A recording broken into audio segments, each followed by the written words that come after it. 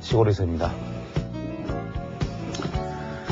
전번 프로에 무슨 엉뚱한 소리냐라고 얘기하실 분도 계시겠지만 지금 이제 농촌에서 추수기에 접어들어서 살값이 아주 형편없이 떨어져서 아주 큰 걱정들이 많은 것 같습니다. 특히 대농들의 경우에는 큰 문제가 또 없겠지만 일단 소작을 하시는 분들이나 소규모 영농을 하시는 분들이 시골에서 오랜 기간 동안 살농사를 지어서 살값이 아주 형편없이 떨어지는 바람에 영농비의 어떤 최소한의 어떤 기본적인 영농비도 건지지 못하는 일이 생겼다고 합니다.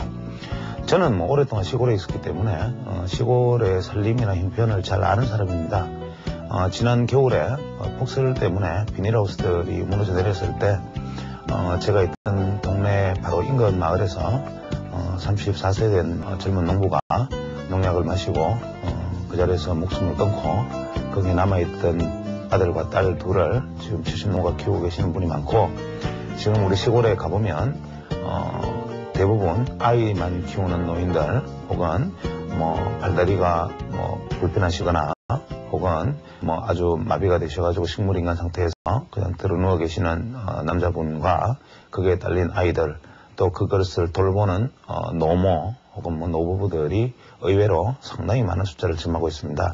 이런 이유들은 결혼을 한 다음에 농촌에서 여자분들이 이제 심지어는 가정을 남편과 자녀분들을 다 두고 우리가 떠나버린 분들이 많고, 또 남자분들이 의외로 일을 하시다 다친 분도 있고, 그 외에 실제로 음독 사건도 우리가 상상할 수 없을 정도로 음독하는 경우도 많습니다. 특히 그 시골에서 농약을 먹고 응급실로 실려 들어오는 환자들의 숫자는 우리가 도시 사는 분들은 감히 짐작도 할 수 없을 정도로 많은데, 이분들의 어떤 생을 버리면서까지 어떤 그러한 결정을 해야 될 만한 상황들, 이런 것들은 단순히 그분들의 탓만은 아닐 것 같습니다.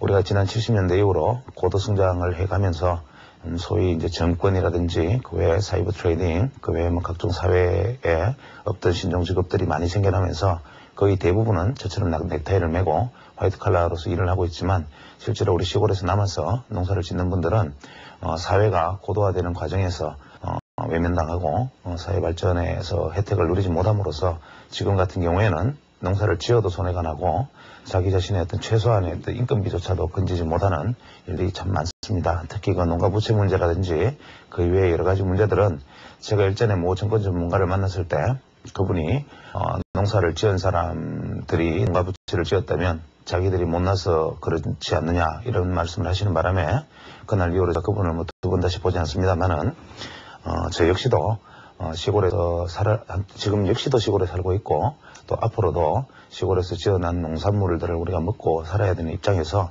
특히 광우병이라든지 이러한 사례를 보면 우리가 신토부리라는 것이 얼마나 중요한지를 알 수가 있습니다. 말씀이 나왔으니까 말씀인데, 광우병이라면 저희가 대학 다니던 시절에 지금 한 15년, 20년 전에 크라인스펠트 야콥슨 증후군이라 그래서 저희들이 광우병에 대한 공부를 했던 기억이 납니다. 그때만 해도 이것에 어떤 정확한 병리 기전이 밝혀져 있지 않았고, 그저 뇌가 스폰지처럼 구멍이 뚫리고 사람이 이제 치매가 오는 병, 그게 어떤 식풍습이 있던 뉴기니아, 오스트리아 쪽에 원주민들에게 가끔씩 발생했던 병, 이런 정도로 알고 있었는데, 요 근래 들어서 병리 기전이 밝혀지기를 동물이 식물성 섭취를 해야 하는 동물이 동물성 음식을 섭취했을 때 생기는 변성 단백질이다. 즉 이것은 뭐냐면 자연의 질서를 거슬려서 자연의 질서를 지키지 않는 것에 대한 자연의 응징이다라고 저는 생각하고 싶습니다. 특히 그 광우병에서 프라이온이라는 단백질이 만들어지게 되는데, 예를 들어서 초식동물이 육식동물의 가루를 가지고, 고기를 가지고 이제 우리가 사료로 썼을 때 만들어지는 이 프라이온 단백질은 태워도 없어지지 않습니다. 우리가 고기를 먹었을 때 내 몸속에 남아서 영구적으로 내가 점점 쌓이면 보통 우리가 잠복기가 3년에서 20년 가까이 된다 그러니까 아직까지도 우리도 안전지대에 있다고 말할 수 없을 것 같습니다. 특히 영국 같은 나라들은 이제 제가 볼 때는 한 개인의 짧은 생각이긴 하지만 자칫 잘못하다가 앞으로 22세기에는 영국에서 해를 보지 못하지 않는가 이런 생각이 들 정도로 걱정되는 부분들이 없지 않아 있는데, 이러한 것들을 하나의 어떤 사회 현상 속에서 질서를 거역하는 것들에 대한 어떤 응징이 아닌가라고 생각합니다. 그렇다면 우리 역시 우리가 우리 땅에서 만들어진 농산물을 먹고 우리가 농부들이 땀을 흘려서 만들어낸 어떤 그런 음식물들이나 먹거리들을 아주 소중하고 귀한 마음으로 받아들여야 되는데 현재 농촌의 어려움이 아주 극도에 달한 느낌입니다. 그래서 우리가 주식 투자를 어렵긴 하지만 그래도 주식 투자를 한다고 컴퓨터 앞에 앉아 있고 최소한 계좌를 가지고 있는 분 정도 된다면 최소한 뭐 살 한 줌 정도, 살 한 말 정도 우리가 팔아준다 그러죠. 살 팔러 간다 뭐 이런 얘기 하는데 살 한 말 팔아주는 어떤 정도의 마음 때로는 빵 한 쪽 먹을 거 집에서 살을 조금 더 선물한다든지 혹은 부르시설이라든지 공공시설에 살을 조금씩 기탁을 해서라도 살을 우리가 소모를 하고 심지어는 정시대책에 엄청나게 많은 돈을 투자를 하듯이 농촌대책에도 같은 정도의 규모의 어떤 투자를 해서 정부 재정이 어렵더라도 힘들고 가난하고 어려운 농민들, 힘없는 농민들에게 조그만 도움이라도 될 수 있었으면 하는 바람입니다.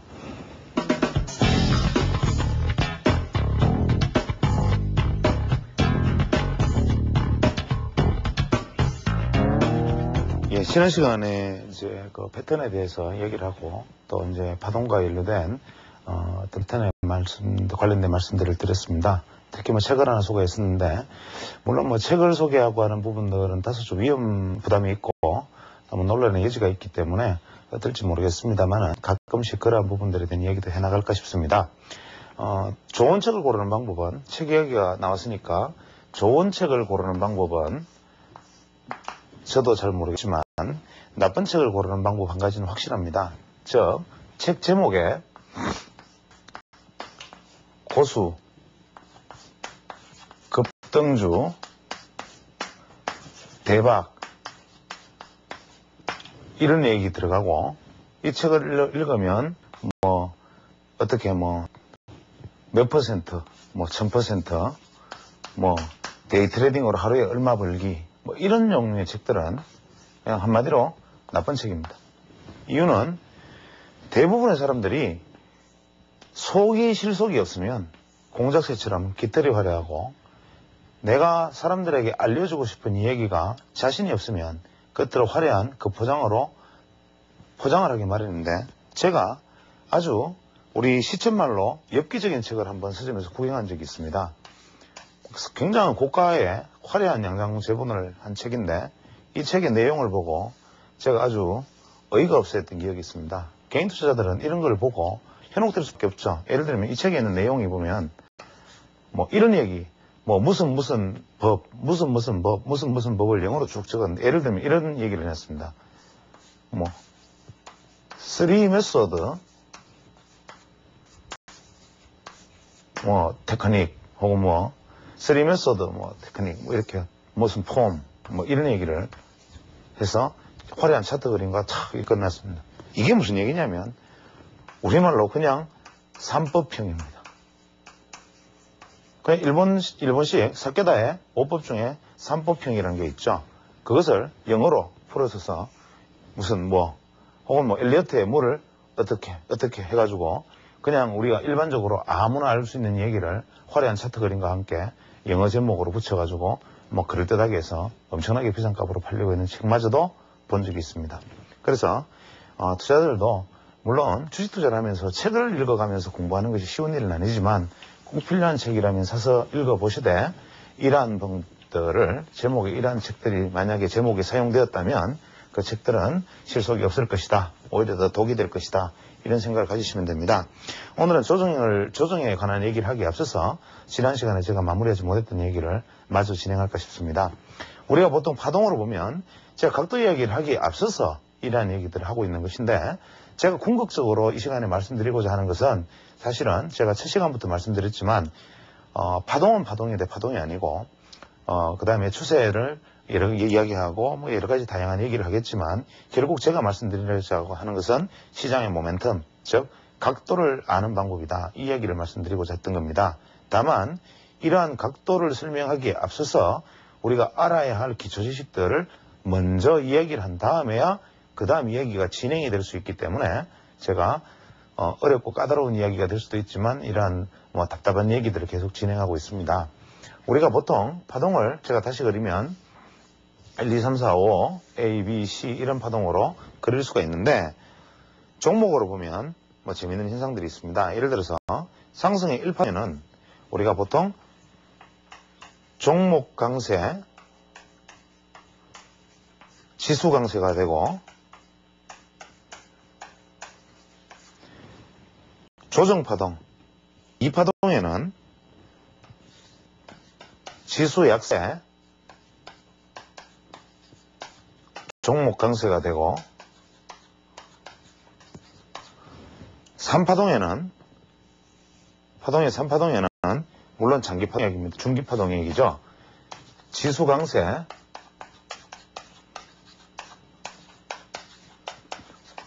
종목 강세 현상이 펼쳐지는데 이때 종목 강세는 현재 이 숫자가 줄어들게 되고 마지막 그 다음 4파동의 조정에서는 다시 지수 약세,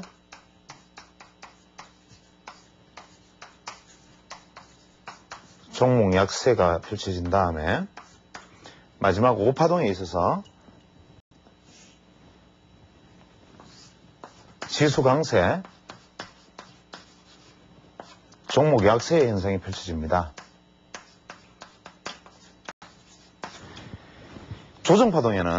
조정 A파동에는 지수 약세, 종목 약세가 펼쳐지고 반등 B파동에는 지수 강세, 종목 약세,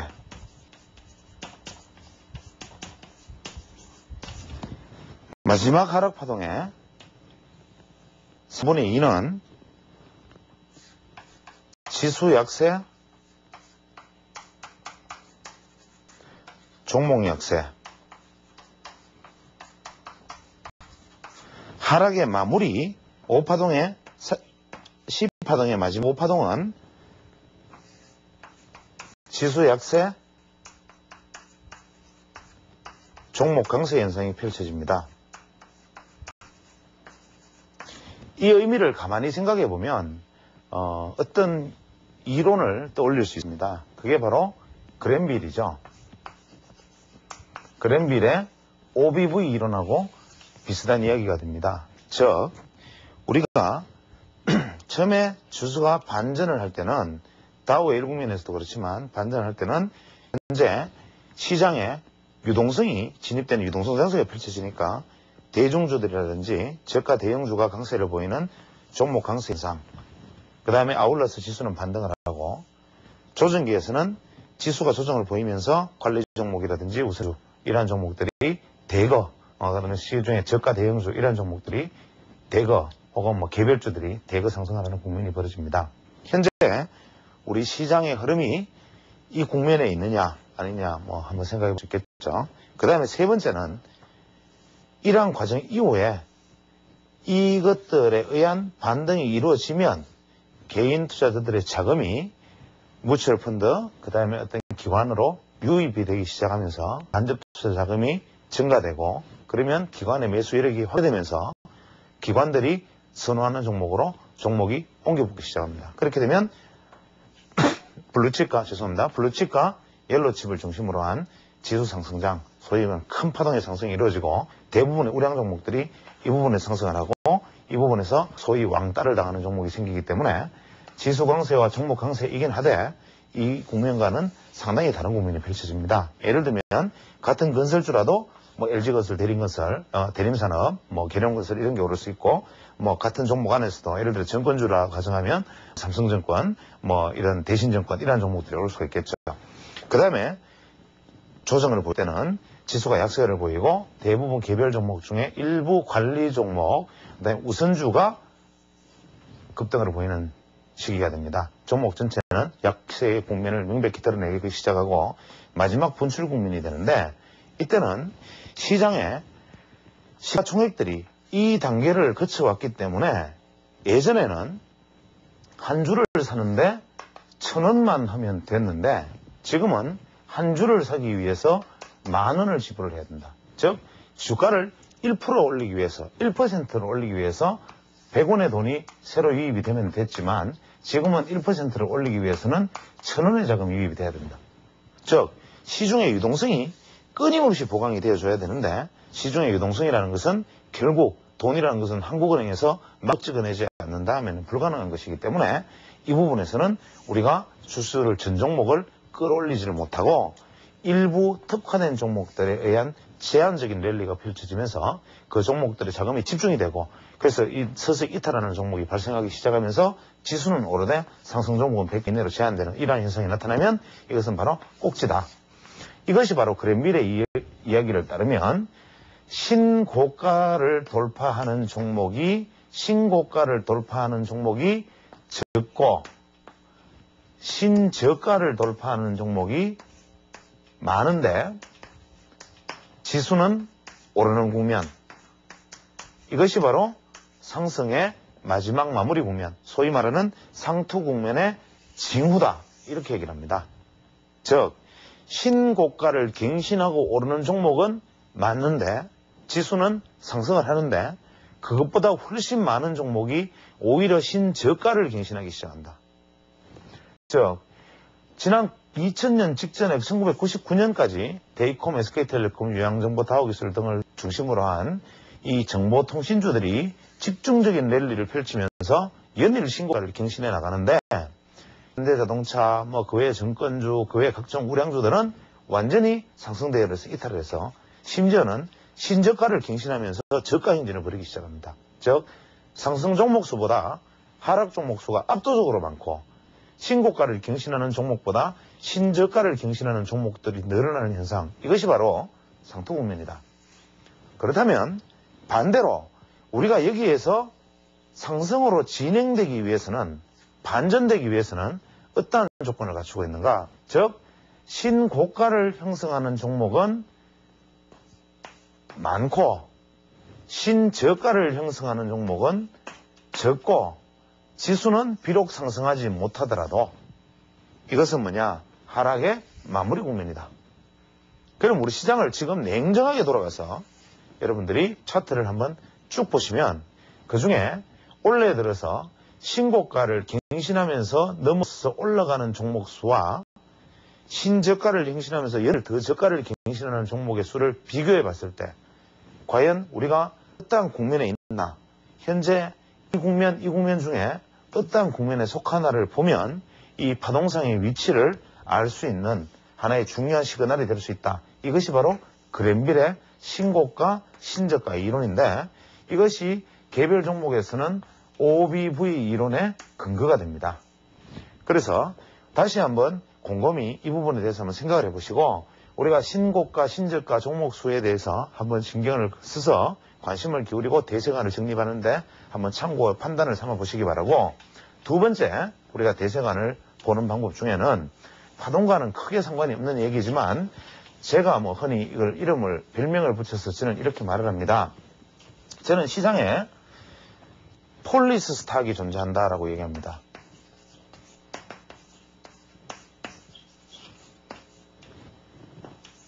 이 폴리스 스탁이라고 이름을 붙인 것은 경찰관 주식 혹은 시장의 정찰대라는 표현이 맞겠죠.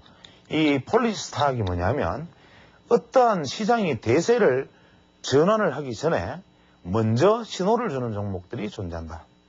예를 들어서 미국의 사례를 보면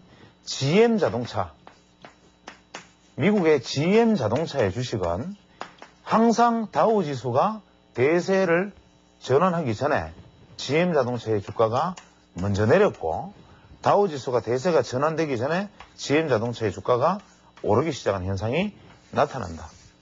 이것은 대세 사이클상과 같이 맞아떨어지는데 한국에서도 당연히 공교롭게도 보면은 현대자동차가 이 폴리스 스탁에 해당하는 종목이 아닌가 저는 생각을 합니다. 즉 보통 우리가 경기를 선행하는 것이 주식이라고 생각을 한다면 우리가 주식이라는 것은 경기가 주식이 저점이 아니라 경기가 저점이 왔다고 생각이 되어지면 저점에서 반등하기 전에 주가는 먼저 앞서서 상승하는 속성이 있습니다. 즉 경기를 미리 선행해서 보이는 게 주식인데 보통 경기가 좋아지기 전에 대부분의 사람들은 무엇을 생각하느냐? 자동차를 구매합니다. 왜? 좋아질 것이니까. 경기가 나빠질 것이라고 예측이 되면 자동차를 사는데 사람들이 움츠러들기 시작합니다. 그래서 만약에 우리가 신문기사에 연일 자동차가 많이 팔리고 있고 자동차 생산이 어떻고 외제 수입차가 어떻다 이런 이야기가 나오고 현대자동차의 주가가 현재 지금 이 지점에 있습니다. 현대자동차가 이 지점에 있죠. 이 지점에서 현대자동차 주가가 반등을 한다면 대세 전환에 폴리스탁이 신호를 보내고 있다. 현대자동차 주가가 여기서 이렇게 가다가 이렇게 간다면 현재 지금 상승은 진바닥이 아니다. 뭐 이러한 물론 지금 제가 이 녹화하는 시간과 이 방송이 되는 시간은 상당히 괴리가 있기 때문에 이런 얘기 드릴 수는 없습니다만은 이러한 것들을 폴리스탁이라고 삼아서 한번 주가를 보면 1999년 당시에 SK텔레콤, 대이콤, 다우기술 같은 종목들이 10월 이후에 혹은 8월부터 급격한 상승으로 접어들 때 이때부터 현대자동차 주가가 하락하기 시작하면서 대세 하락을 예고하기 시작합니다. 그 다음에 올 작년 연말부터 현대자동차 주가가 상승을 하고부터 올 1월 달에 주가의 반등이 일어났고 이번에 현대자동차가 먼저 주가가 하락하고 난 다음에 지수가 490포인트까지 빠졌고 지금 현대자동차는 이렇게 약간의 반등을 모습을 보이고 있는데 이번에는 주가가 좀 앞서 나갔습니다.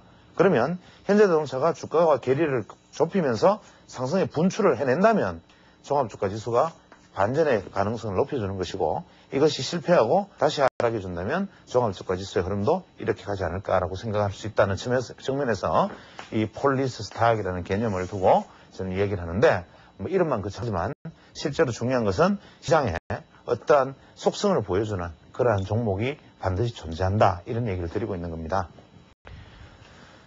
이제 뭐 이런 얘기는 잠시 접어두고 오늘은 다시 이제 파동으로 돌아가서 조정 파동에 대해서 이제 얘기를 다시 이어서 나가겠습니다.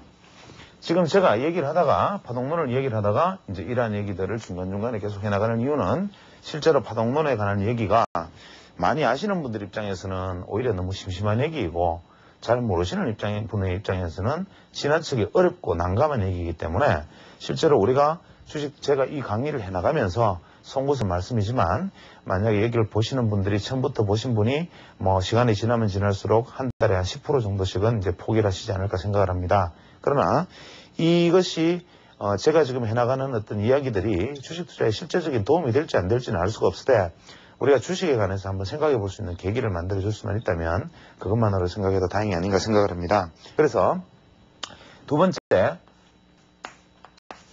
조정.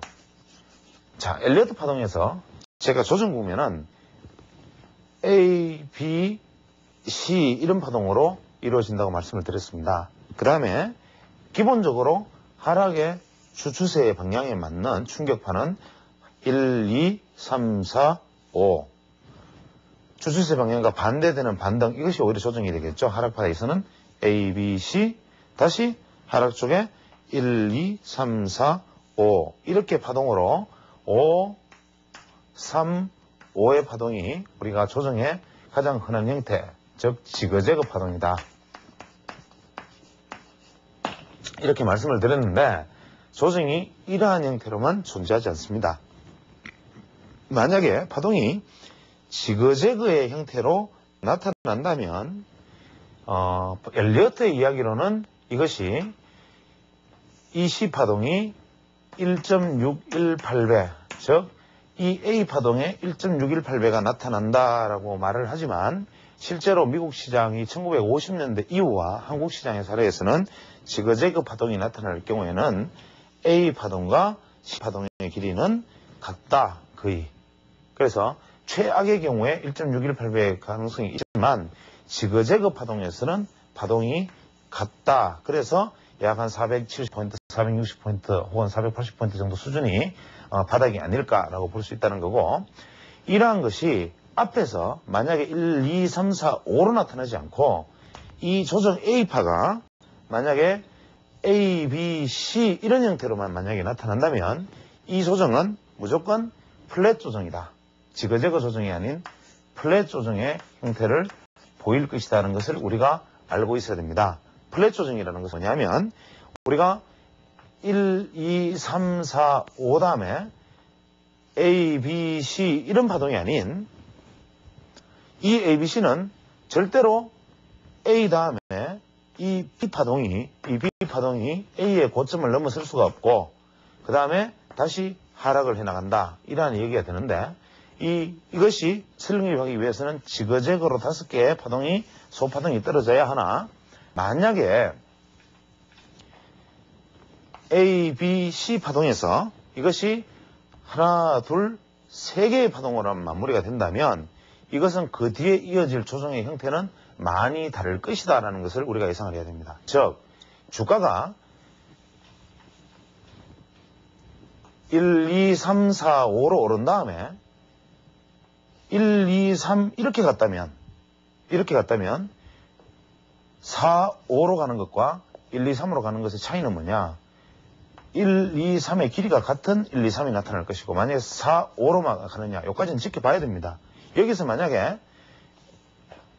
1, 2, 3, 4, 5로 갈 줄 알았는데 4, 5로 가고 다시 A, B, C 1, 2, 3, 4, 5로 갈 줄 알았는데 여기서 의외로 A, B, C가 나오고 그 다음에 이런 형태가 나오고 4, 5가 나오지 않고 여기에서 바로 이러한 반등의 모습을 보여버리면 A, B, C의 반등 형식을 보여버리면 이 패턴은 무조건 플랫 패턴으로 간다라고 기억을 해야 됩니다.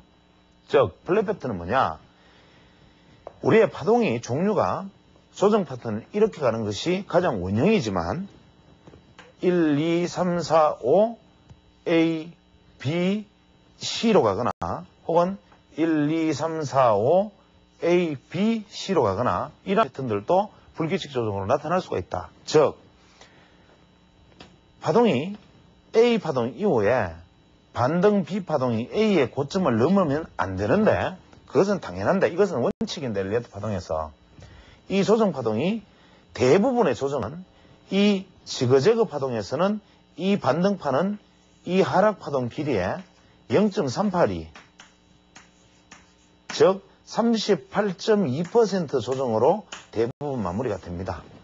즉 지그재그로 갈 경우에는 이 반등의 폭은 이 초기 A 하락 파동의 38.2% 폭만의 반등 이후에 하락하는 것이 일반적이나 만약에 A, B, C로 나타났다면 이것은 거의 파동의 원점까지 되돌리는 반등 파동이 나타나고 그 다음에 하락 파동이 나타날 것이다. 이때의 하락 파동은 거의 크지 않고 이 파동과 일치하거나 1, 2, 3, 4, 5가 나타나거나 1, 2, 3이 나타날 수 있는데 대부분 이럴 경우에도 끝에는 1, 2, 3, 4, 5의 파동으로 나타납니다. 즉 이런 경우에는 어떻게 되느냐? 즉 아까 말씀드렸다시피 5, 3, 5가 아닌 3, 3, 5의 형태의 조정 파동이 나타나는데 이것을 바로 우리가 플랫 조정이다 그런다. 이 플랫 조정은 끝에가 이 하락 파동의 저점, 즉 A 파동의 저점을 하회하지만 다시 반등을 해서 돌아 들어감으로 해서 우리가 추세대의 관점에서 보면 이것이 트랩이 된다. 즉 이러한 조정 파동이 나타나면 이것은 오히려 다음 추가 상승을 예비한 국면이 더 확률이 높다 이렇게 말을 합니다. 그래서 이럴 때는 우리가 3, 3, 5의 파동이 나타났다 이렇게 얘기를 하죠. 그래서 우리가 보통 하락 파동이 뭐 5, 3, 5다 3, 3, 5다 이렇게 말을 할 때 이런 지그재그 파동은 최소한 하락 파동이 이 정도까지 내려올 수 있지만 이런 삼각형 플랫 패턴에서는 오히려 이렇게 떨어지기가 쉽고 그 다음에 여기서 반등하는 것을 개인 투자자들은 추가 반등이라고 속아서 넘어가기가 쉬운데 여기서 불규칙 파동이라는 것이 존재합니다. 이것이 지그재그와 플랫 이렇게 양대 조정의 하나의 형태인데 이러한 형태로 5, 3, 5로 조정을 받든지 3, 3, 5로 조정받던 것이 대부분의 기본 원형인데 불규칙 조정이라는 것이 존재합니다. 즉 엘리어트 파동에서는 항상 문제가 이게 예외인데 이 예외로서 존재하는 것이 우리가 불규칙 조정이다. 그래서 대부분 투자자들이 경험이 없으면 여기에서 속기가 쉽습니다. 예를 들어서 1, 2, 3, 4, 5 파동 이후에 조정 파동은 A, B, C로 가든지, 지그재그일 경우에는 A 38.2%, A, B, C 이렇게 가든지, 아니면 앞에서 하나, 둘, 셋, 넷, 다섯이 아닌 만약에 1, 2, 3, 즉 A, B, C로 한 다음에 A, B, C로 이렇게 가는 형성이 만약에 벌어진다면 이 파동의 고점은 대충 최대 목표치는 이 선을 넘지 않겠구나. 그 다음에 플랫 조정이구나 하는 거 투자자들은 이미 감을 잡아야 되죠. 그러면 이쯤에서는 뭡니까? 매도를 해버려야 되는 거죠. 그 다음에 다시 주가는 1, 2, 3, 4, 5가 떨어진다면 우리가 매수하는 시점은 어디냐? 이 저점을 하회한 다음에 생기는 이 저점, 이게 바로 우리가 매수 지점이 되는데, 드물게 과히 드문 일도 아니죠. 드물게 1, 2, 3이 오고 1, 2, 3 이렇게 이 고점을 돌파 못하리라 생각을 했는데 의외로 주가가 1, 2, 3 돌파를 해버립니다. 그러면 투자자들은 파동에 대한 이해가 없으면 대부분 이것을 어떻게 이해하느냐 하면 1, 2, 3, 4, 5 파동이다 라고 생각을 하거나 혹은 이것이 1, 2, 3 파동이 연속되고 있다 이렇게 생각하기 쉽습니다. 그래서 이러한 것은 파동이 이해하기 나름인데 이러한 파동이 나타난다면 이것이 바로 불규칙 조정이구나, 더 큰 급락이 예비되어 있구나 라고 생각이 됩니다. 즉 1, 2, 3, 4, 5 1, 2, 3으로 생기는 A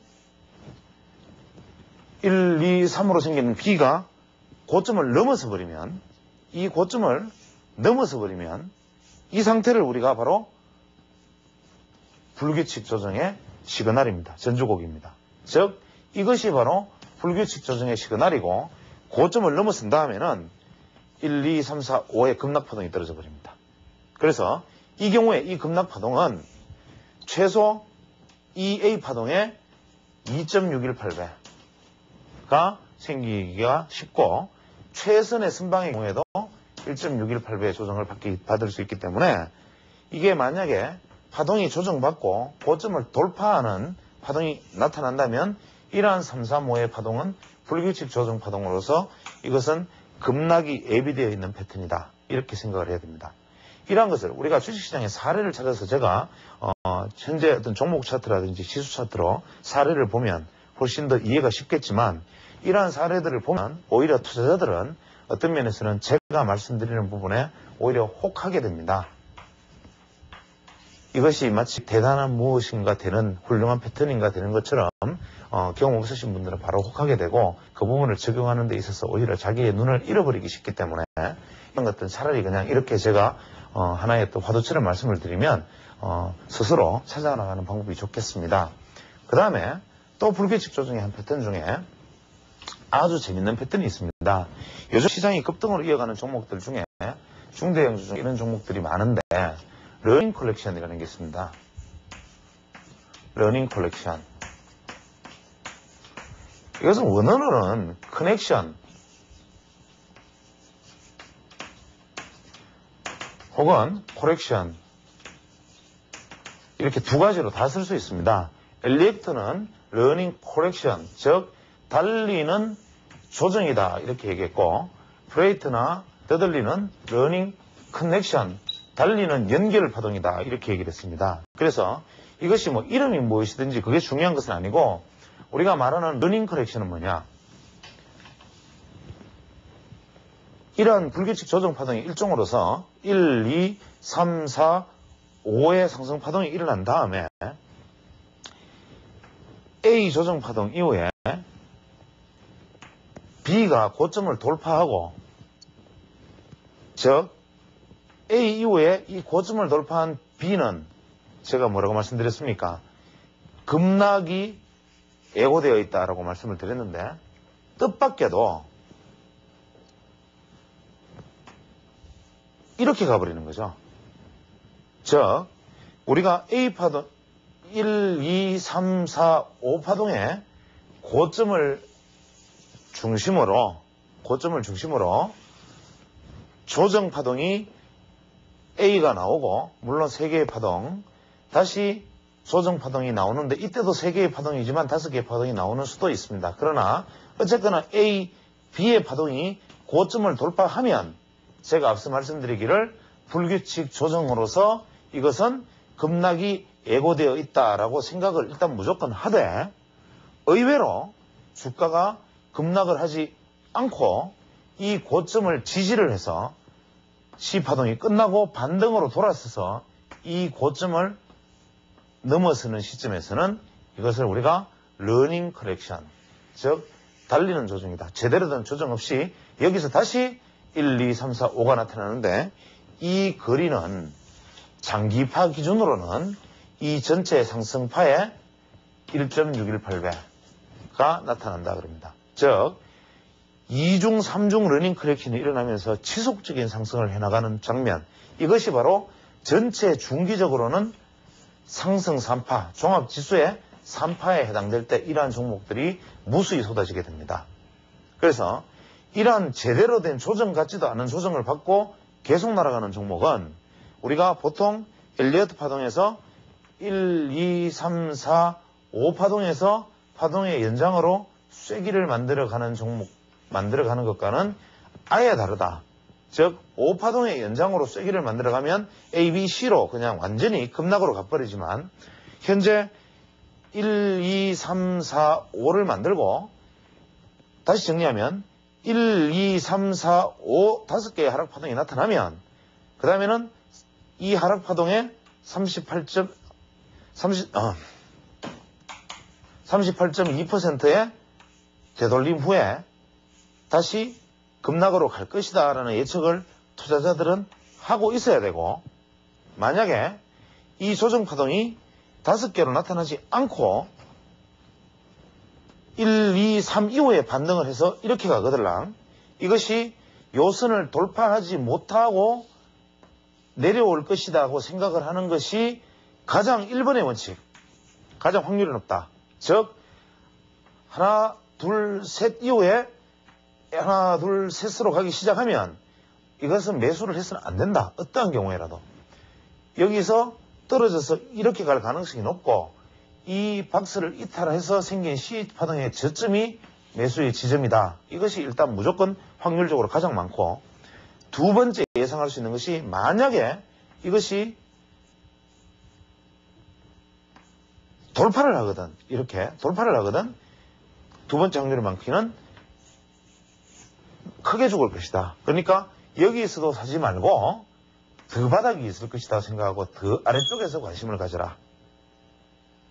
그러나 이렇게 생각을 하고 있는데 돌파했다가 지지를 받고 되돌아가면, 되올라가면 이것은 러닝 커렉션이 아닌가라고 그때부터 이 종목을 아주 주의 깊게 관찰을 하는데, 이 러닝 커렉션의 확인도 앞서 A, B, C의 B의 고점을 돌파하는 순간 여기가 바로 결정적인 매수 지점이다.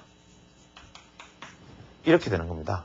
그래서 우리가 조정을 이해를 하면 결국 주가의 매수 지점과 매수 지점을 이해를 할 수가 있는데, 다시 한번 정리를 하면 조정은 지그재그 형태의 조정과 플랫 형태의 조정이 있는데, 지그재그와 플랫의 조정이 있는데, 지그재그의 조정은 5, 3, 5의 파동으로 형성이 되고, 이 앞에 숫자를 보면 알 수가 있고, 플랫의 조정은 3, 3, 5 이것이 기본 원형인데, 이것이 일단 이 5파동의 고점을 넘지 못하는 것이 첫째, 설령 넘었다 하더라도 하락폭이 더 깊어질 것이라는 것이 둘째, 만약에 돌파를 했는데 디디고 올라가면 이 파동이 돌파되는 시점은 다시 한 번 더 큰 상승이 예고된 예외적인 국면, 이게 바로 러닝 커넥션, 이렇게 파동을 정리를 할 수가 있습니다. 그래서 이러한 어떤 조정 파동에 대해서는 제가 깊이 있게 상세하게 설명을 하면 훨씬 더 퍼센트와 비율, 그 다음에 패턴까지 묶어서 다양한 설명을 할 수는 있는데, 실제로 이러한 것들이 만약에 전체적인 패턴에서만 투자자들이 인식을 하고 이러한 패턴이 도래하면 내가 주가에서 주식 대응을 이렇게 하겠다라는 생각을 하는 것이 현명한 것이지, 현재 이것을 파동의 계산을 해서 혹은 소파동을 재서 파동의 비율을 재서 다시 그것을 계산하려는 것은 제가 앞서 시간에 말씀드렸던 우리가 타임 윈도우를 이해하지 못하는 투자자들의 입장에서는 오히려 굉장히 무리한 일이 될 수 있다. 이 부분에 대해서 우려 때문에 이 파동의 조정에 관해서는 더 깊은 진행을 하지 않겠습니다. 다만 한 가지 우리가 현재 우리 시장에서 이제 논점이 되고 있는 부분들, 예를 들어서 A, B, C 파동이 다 끝났는데 현재 우리 시장의 모습은 왜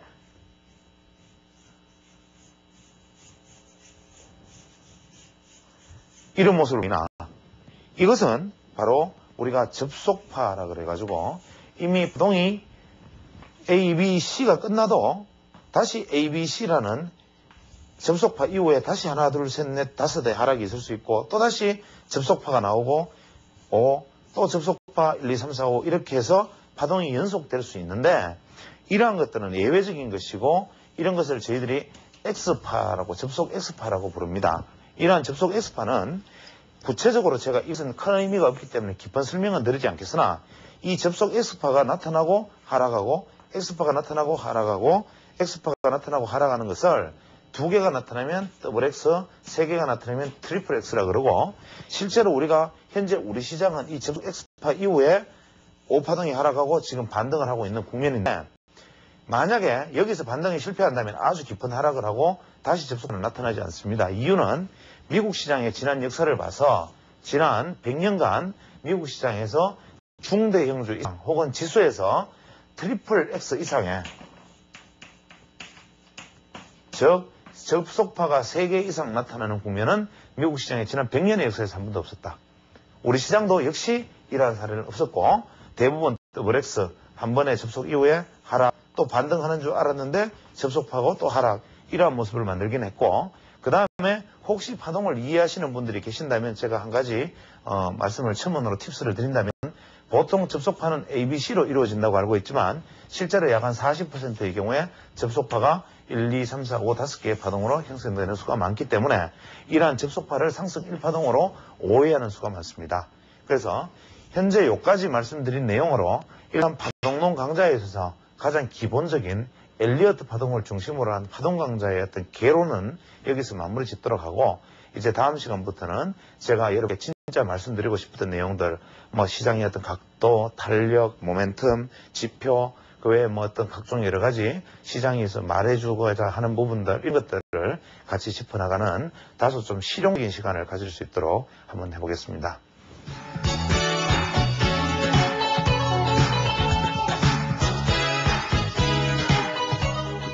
오늘은 간단한 신문 기사를 하나 읽어보겠습니다. 상당수의 코스닥 창업주들은 수익 모델 고갈로 장래가 어렵다고 판단해 회사를 팔아넘기고 있다. 일부 부도덕한 대주주들은 헛소문을 퍼뜨려 주가를 띄운 후 지분을 모두 처분해 한탕 챙기고 짐을 사는 경우도 있다. 이에 따라 대주주의 장난에 물린 인수기업과 소액주주들은 회사를 갱생시키기 위해 안간힘을 쏟고 있으나 역부족이다. 한마디로 주인은 떠나고 손님들이 남아 회사의 장래를 걱정하고 있는 꼴이다. 코스닥 정보시장에 따르면 올 들어 이날까지 최대 주주가 바뀐 코스닥 등록 기업은 모두 75개사에 이르고, 현재 코스닥 시장에 등록된 679개 기업 가운데 올 들어서도 11%에 해당하는 기업이 주인이 바뀌었다고 한다. 건수로 따지면 더욱 많아 99건에 이른다. 이는 지난해의 50건에 비하면 2배나 많은 것으로 월 평균 10건에 이르는 규모다. 특히 일부 기업들은 머니 게임의 대상이 되면서 주인이 무려 6차례나 바뀐 경우도 있다. 바른손이 그런 경우다. 밖에 모바일원 커뮤니케이션과 인트리츠, 코네스도 각각 4차례와 차례씩 대주주가 바뀌었다. 이처럼 주인이 자주 바뀌면서 회사는 실속 없는 그 포장만을 거듭하고 있다. 인트리츠, 앳하이론 코리아는 반년 만에 침구를 생산하는 침구업체에서 생체 인증기업으로, 다시 모바일 전자상거래 업체로, 또다시 정보기술, IT 제품 유통업체로 변신의 변신을 카멜레온처럼 거듭했다. 코스닥 시장에 등록할 당시의 주력 제품은 오간됐고 신규 사업 발표만 남발하면서 투자자들을 현혹하고 있는 것이다. 회사를 새로 인수한 대주주들도 정자와 각종 편법으로 호주머니 채우기 위한 급급하다. 기업의 경쟁력을 높이고 선진기술을 개발, R&D 하는 데 사용되어야 할 회사 돈을 개인용 대여금이나 출자회사 지원 등의 형태를 통해 빼내가고 있다. 대표적인 게 테크원이다. 이 회사의 대주주는 회사의 현금과 유상증자를 통해 마련한 운영자금을 횡령해 도주했다. 이에 앞서 지난 8월에는 화의 절차가 진행되고 있는 누보텍의 대표가 회사 정상화를 위해 주주들이 모은 유상증자 대금을 갖고 사라지기도 했다. 또 등록기업의 대주주가 계열로 거느리고 있는 회사의 주식을 비싸게 매입, 대주주는 한몫을 챙기고 출자한 등록기업이 대규모의 평가 손실을 떠안는 경우도 허다하다. 이처럼 최대 주주가 바뀌는 사이에 회사 내부 사정을 제대로 알지 못하는 일반 투자자들은 언제 터질지 모르는 폭탄을 껴안고 있는 꼴이다.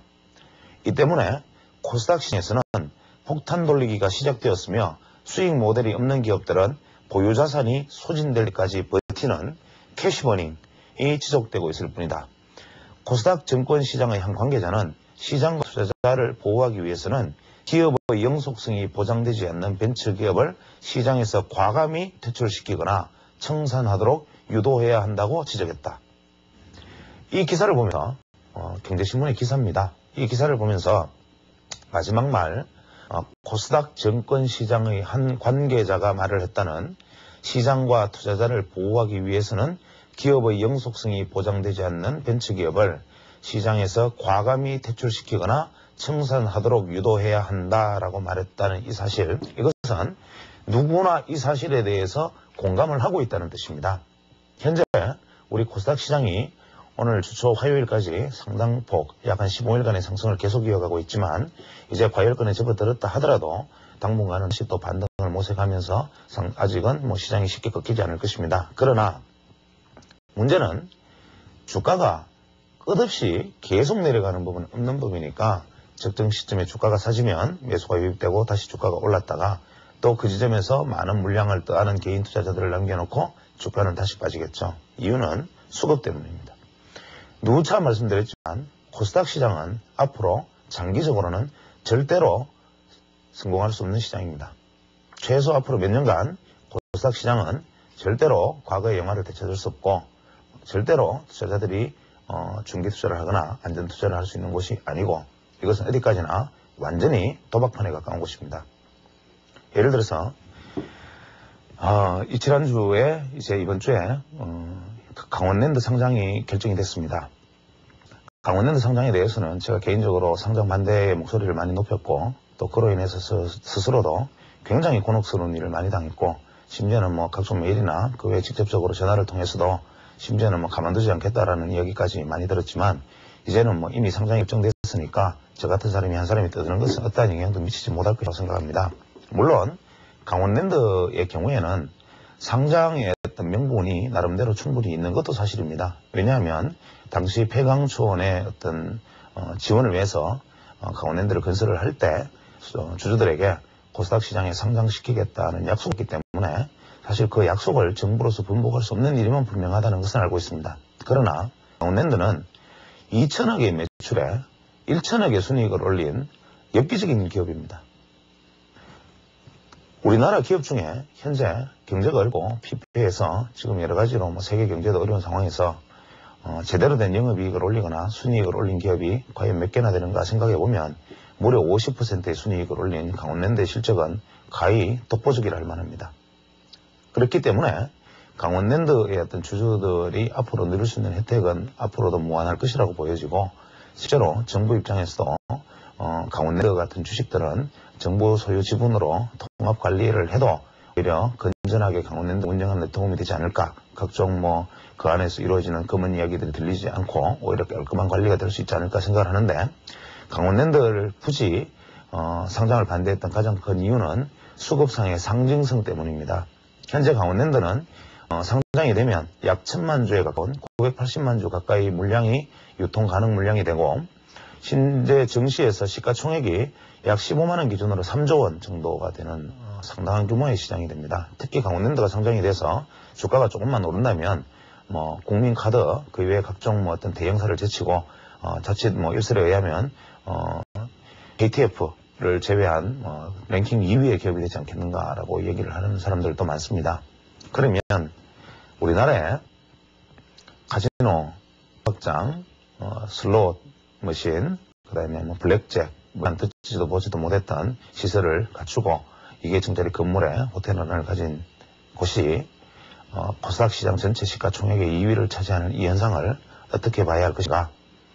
강원랜드가 고평가되었나? 아니면 코스닥 시장에 등록되어 있는 다른 대부분의 기업이 저평가되었나? 둘 중에 하나이면 분명한데 현재 강원랜드가 상장이 된 것이 유감이라고 말씀드리는 이유는 지금 현재 지금까지 발표된 어떤 코스닥 대책에 의하면 루머를 퍼뜨리는 사람은 강력하게 엄단을 하겠다는 검찰의 발표도 있었고 그 외에 단체 소송, 집단 소송을 통해서 주가 조작에 대해서 투자자들이 민사상에 대응을 할 수 있는 방법도 만들어졌고 또 벤처기업에 50 투자자를 할 경우에 50% 정도의 손실을 보전해 주겠다라는 약간 논란이 있을 수 있는 정책이 나올 수 있을 만큼 또 연기금이 코스닥에 대해서 1,000억 이상의 투자를 결행하기로 했다라든지 이러한 다분히 시장을 안정시키겠다는 의지가 보이는 정책들이 많이 쏟아져 나오고 있고 실제로 그 중에서는 대단히 긍정적인 정책들도 많은 것으로 알고 있습니다.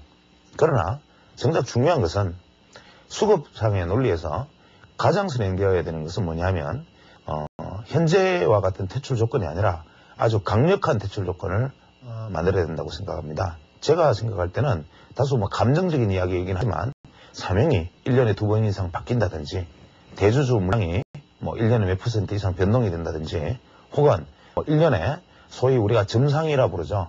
대거 상한가로 끌어올렸다가 다시 급락으로 이어지는 이러한 주가 파동이 1년에 2차례 내지 3차례 이상 진행된다든지 이러한 다소 감정적인 조건을 섞어서라도 비정상적인 어떤 주가의 흐름을 보이거나 비정상적인 어떤 왜곡된 모습, 특히 영업이익이 나지 않는 기업들이라든지 혹은 전혀 회사로서의 기능을 하지 못함에 있어서도 소위 앞에서 말씀드린 캐시버닝, 즉 이미 점자를 통해서 혹은 등록을 통해서 벌어들인 돈 가지고 망하지 않도록 버티고 살아남기만 하자라고 말하는 이런 기업들은 밖에 나가서 살아남아서 다시 들어오라고 쫓아보내야 됩니다.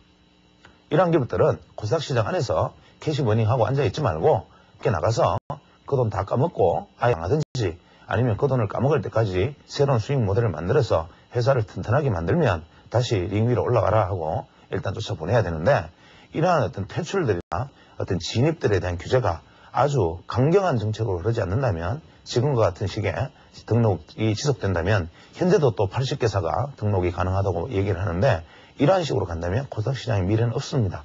코스닥 시장의 미래가 아니라 한국 증권시장의 미래도 장기적으로는 없다고 봐야 됩니다. 그래서 수급 자체의 문제 이것만 우리가 놓고 절대적으로 이러한 어떤 수급과 퇴출 그 다음에 진입과 퇴출 이러한 문제들에 대해서 투자자들이 아주 날카로운 감시의 목소리를 감시의 눈초리를 세우고 또 감시의 목소리를 내야만 하고 강원랜드 주주님들한테 송구스러운 말씀이지만 강원랜드가 이미 등록이 되었다면 그 기업은 정상적인 기업 가치를 이미 평가받고 나아가되 강원랜드는 공익성을 가진 기업이니까 그 나름대로 운영의 묘를 살려가면서 또 그것이 레저 산업이라든지 앞으로 21세기에 첨단 어떤 레저 레포츠 이러한 쪽에 부합하는 외국인들을 많이 끌어들여서 외화를 벌어들일 수 있는 기업으로 이미 끌어들였다면 키워나가시기를 바라고 그러나 강원랜드가 등록되었다고 해서 그와 덩달아 수많은 카지노 관련 기업들 혹은 별로 그렇게 건전하지 못한 우리가 소위 말하는 땀 흘려서 혹은 창의력으로